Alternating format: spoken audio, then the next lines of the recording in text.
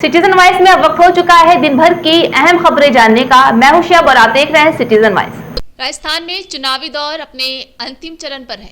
आज चुनाव प्रचार का आखिरी दिन है।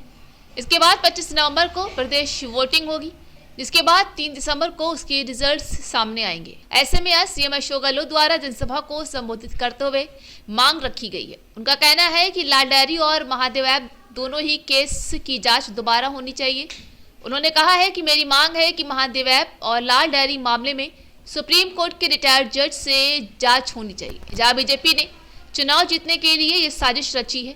बीजेपी सरकार ने जिस व्यक्ति से जबरदस्ती गवाही ली है, वो कह रहा है कि इन बातों से मेरा कोई संबंध नहीं है, मेरा दुरुपयोग किया गया है, लेकिन मोदी जी आप साजिश करके चुनाव नहीं जीत सकते। उनका कहना है कि ये सब बीजेपी की साजिश है। उन्होंने आगे ये भी दावा किया है कि ईडी और आईटी रेड भी इस साजिश का हिस्सा है। उन्होंने आगे सवाल किया है कि क्यों ईडी और आईटी के 50 बार रेड करने के बाद भी राजस्थान का एक भी अधिकारी दोषी साबित नहीं हुआ है। एक मांग मैं करना चाहूंगा महादेव ऐप के बारे में और लाल डायरी के बारे में।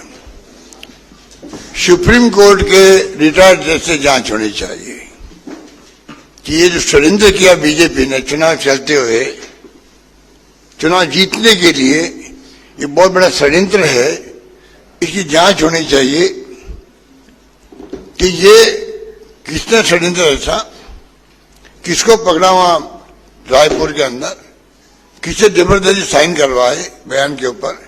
वही बयान बदल रहा है कि मैं जानते नहीं हूं बघेल को। तो ये बहुत बड़ी घटना है। ये उसने एक्सपोज कर दिया ईडी को भी और सरकार को भी। तो मेरा मिसयूज किया गया, 10 पेज का पत्र लिखा उस आदमी ने, मेरा कोई संबंध ही नहीं इन बातों से। और लाल डायरी, कौन सी लाल डायरी? ईडी इनके पास, इनकम टैक्स इनके पास। अगर लाल डायरी इनके पास है तो उस पर कार्रवाई क्या की? ये लोग एक्सपोज तो हो देश के अंदर कि तुम षड्यंत्रकारी बने हुए हो। आप षड्यंत्र करके देश की सरकारों में चुनाव जीतना चाहते हो, मुख्यमंत्री अरेस्ट करना चाहते हो। छापे डाल दिए, पीसी बहन के घर पे 10 घंटे बैठे रहे, कोई एक सवाल नहीं पूछा उनको। उनके बेटों को नोटिस दे दिया, मेरे बेटे को नोटिस दे दिया।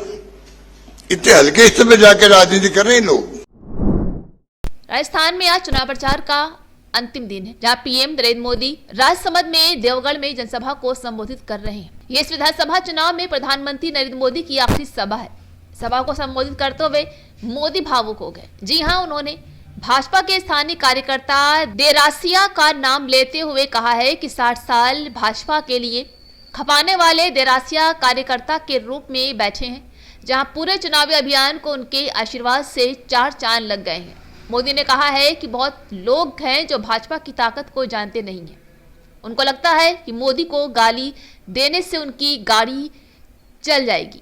उन्हें पता नहीं है कि ये पार्टी ऐसी है जिसे कार्यकर्ताओं ने अपने खून पसीने से बनाया है। इस पार्टी में 4-4 पीढ़ियां खप गई हैं। बताते चले कि आज से देवउठानी एकदशी है, जहां बड़ी संख्या में शादी भी है। इसलिए इलेक्शन कमीशन ने अपना फैसला बदलते हुए चुनाव की तारीख 25 नवंबर कर दी है, जहां आज ज्यादा मतदान करके इलेक्शन कमीशन की इज्जत बढ़ाए और पिछले चुनाव से ज्यादा वोटिंग करे। इससे इलेक्शन कमीशन की हिम्मत बढ़ जाएगी। वहीं पीएम मोदी ने आगे कहा है कि कल मैंने शहीद परिवार पर कुछ कहा था, ऐसा तीर लगा है कि पूरी कांग्रेस हिल गई है। उन्हें पता था कि मोदी ने ऐसी गोली चलाई है कि वो बिना घाव के कांग्रेस का जीना मुश्किल कर देगी। पर राजेश पायलट पर मेरे असली सवाल का जवाब नहीं दे रही है, जहां कांग्रेस पूरी ताकत से झूठ बोल रही है। 5 साल पहले जब यहां कांग्रेस की सरकार बनी थी तो उसने भाजपा सरकार की सारी अच्छी योजनाओं पर ताला लगा दिया। 3 दिसंबर को जो भाजपा सरकार यहां बनेगी वो कांग्रेस जैसा जन विरोधी काम नहीं करेगी। हमारे लिए तो जनता जनार्दन सर्वोपरि होती। कोई भी सरकार रही हो, अगर उसने सच्चे अर्थ में जन कल्याण का काम किया है और उसमें कोई अच्छी बात है, देश के काम की बात है, तो मोदी उसे आगे बढ़ाने के पक्ष में रहता है। वैर वृत्ति से काम नहीं करता है। और इसलिए राजस्थान में भी जो भी अच्छा होगा उसे आगे बढ़ाया जाएगा, ये मेरा आपको भरोसा है। तो ये थी आज की अहम खबर। ताजा खबरों के अपडेट के लिए जुड़े रहिए हमारे साथ सिटीजन वाइस पर और सब्सक्राइब करें हमारा यूट्यूब चैनल।